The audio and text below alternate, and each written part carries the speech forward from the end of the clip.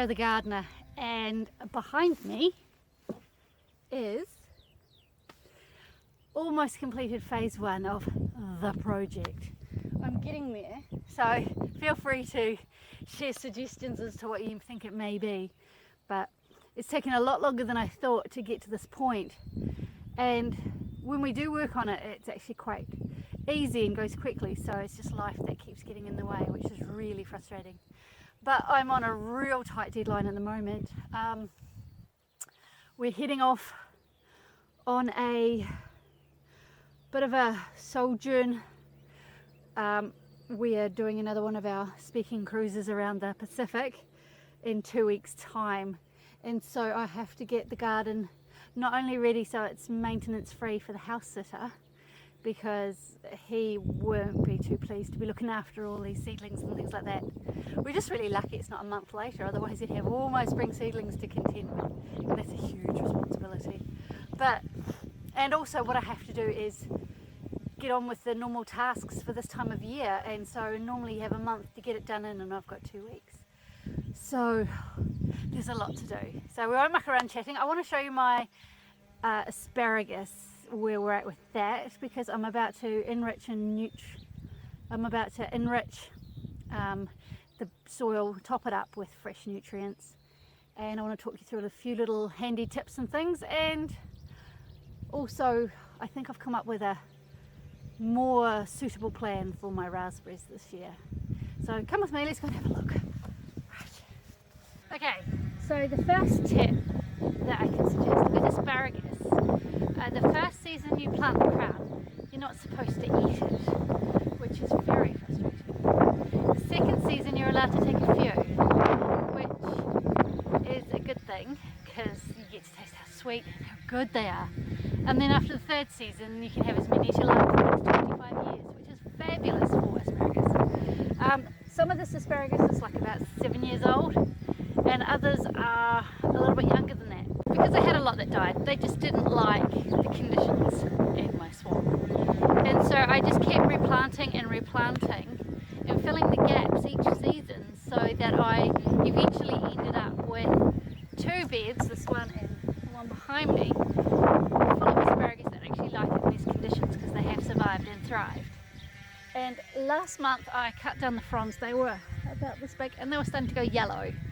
And so that's the sign that you need to cut the fronds down when they start to go yellow, because all the energy has been brought in from the sun and drawn down into the crown, giving it the energy it needs. But I'm going to give it a bit of a boost as well. I'm going to top up the soil. But firstly, one of the things that I've done is it's a little faded here, but because this was a mixed bed and I didn't know which was, well, I didn't want to not know which was which. I didn't want anyone coming out into the garden to pick asparagus and pick the wrong ones from the first year crowns. So I had put a little stone in the gap, and although you can't see it very well now because it's faded, it said "Don't eat me." So that was beside the 1 year crowns, and then beside the 2 year crowns I wrote a stone that says "Have a few." So then I know that they're the ones that we're allowed to take a few of, and then the ones without a stone marker are the ones that I could just help myself. So what I need to do now is change the stones around so that the ones we can have a few from are well labelled. There are no 1 year crowns this year because nothing seemed to die. So I think I have a stable asparagus patch now where they're going to stay. They've survived their first full year in my garden and didn't pass out with expiration. So it's a good sign. I have swamp stable asparagus, which is fabulous. The other thing I did as well is because the 1 year fronds are so tiny and they just get knocked over and buffeted so easily. So I just got a piece of wire with a long end, and then I just bent it around into a loop like that, and then pushed it into the soil beside the asparagus, and as the fronds grew I just tucked them into there, into the loop, and it just helped them from getting broken off by the wind and things like that, being buffeted about. It seemed to work really well, but I'm not sure I'm going to need them this year because I don't have any 1 year fronds. It's a shame really, it's like your kid graduating from kindergarten or something. Oh, they don't need me so much anymore.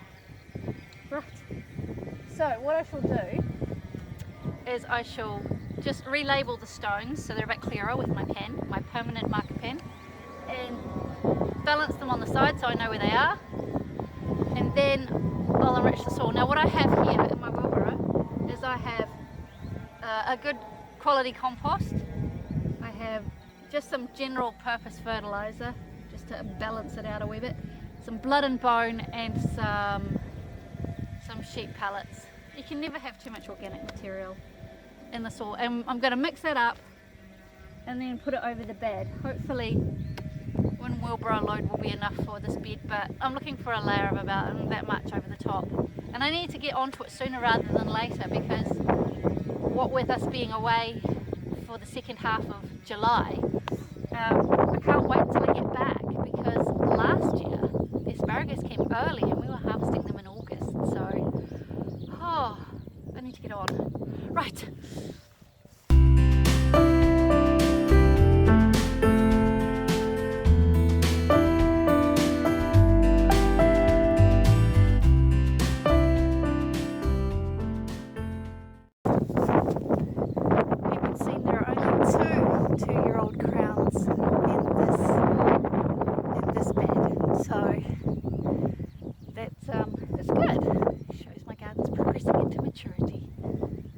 Exactly say the same for me. Right. Well, you probably could, but we won't.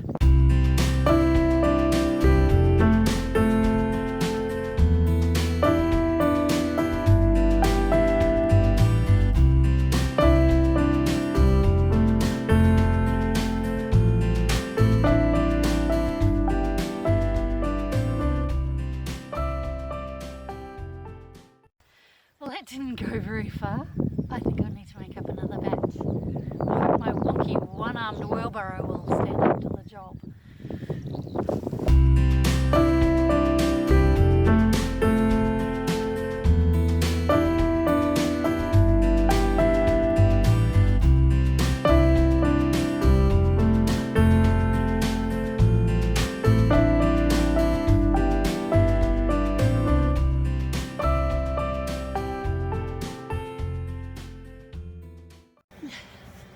Perfect timing for a cup of tea.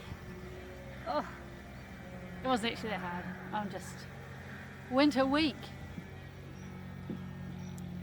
Give me another couple of months and I'll have abs of steel from all the digging. For now, sort of more comfort food squidge.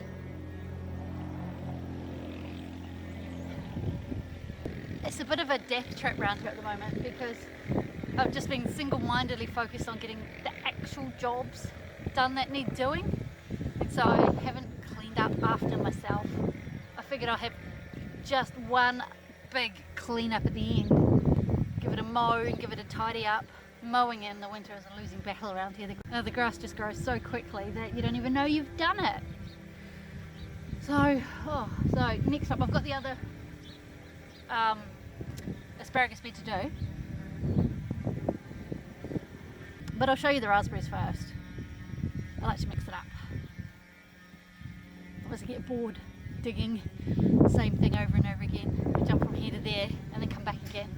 It feels like it's a new task rather than a long old one. It's a really lovely day as well. We're really blessed to have such beautiful weather in winter.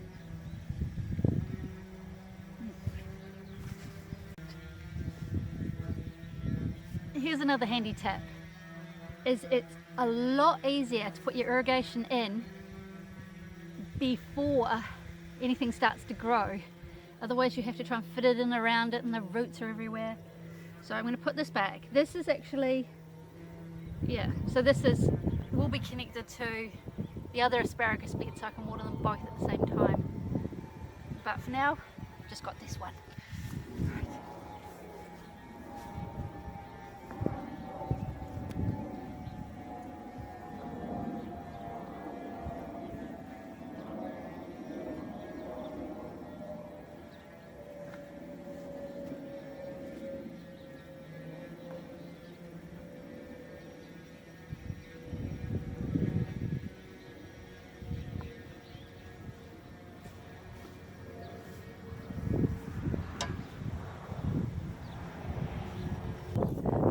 So this is my first raspberry patch. I have two. The other one, this is an autumn fruiting one, and I've just cut them all the fronds down. I had a quick pan. I felt confident doing it at the time, and then I had a quick panic moment. I thought, was I supposed to do that, or was I supposed to leave some? So I quickly googled it, and I found for that particular variety it was the right thing to do. But either way, it's good to have a fresh start. And then the other thing I did, the other one is it fruits in 2 seasons, so I have to find the label that came with it and follow the instructions to the letter, otherwise so I think you have to keep the ones that fruited this season, chop the old ones off. I'm not sure, I have to look it up. I'll let you know when I do. But I don't know if you remember last time round, this pathetic little thing was what was holding. This was holding them, supposed to be holding them, keeping them. I'd never really grown raspberries taller than this before because I'd never really looked after them properly. So I was a bit like toast. I hope you come in the video. So, you want to say hello? Come here. Say hello.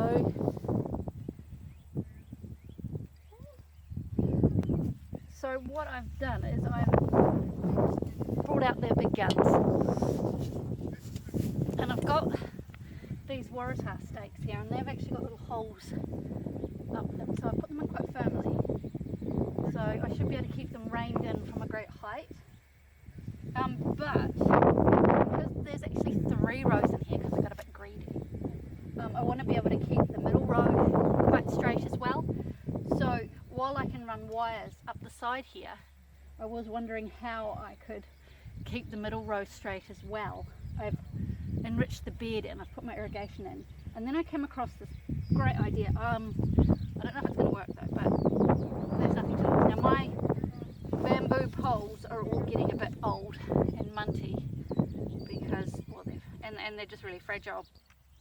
But I figured if I took one, I'll show you, and then if it doesn't work, well, I'll just delete it.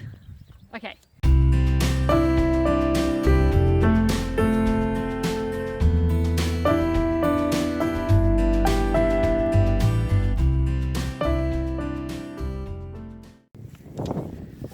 Okay, so don't laugh at my technical skills because I get the job done.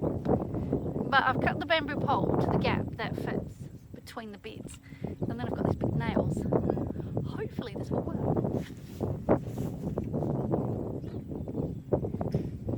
So if I take the bamboo pole, it's got a hole in the end.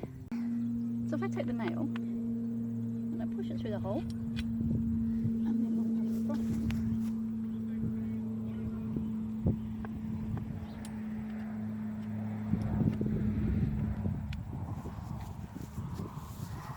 I do the same thing, then I've got a sturdy pole, and then I just need to tie the wire to that and run it along.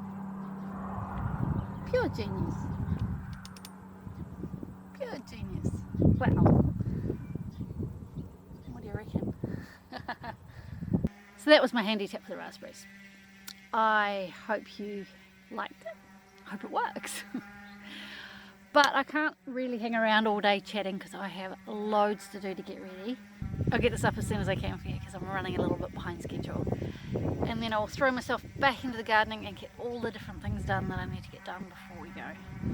So thanks so much for watching. Come again next week because that'll be the last week before we go away, and hopefully the garden will be perfect. Well, here's hoping. So take care, have a wonderful week, and we'll see you next time. Right, bye.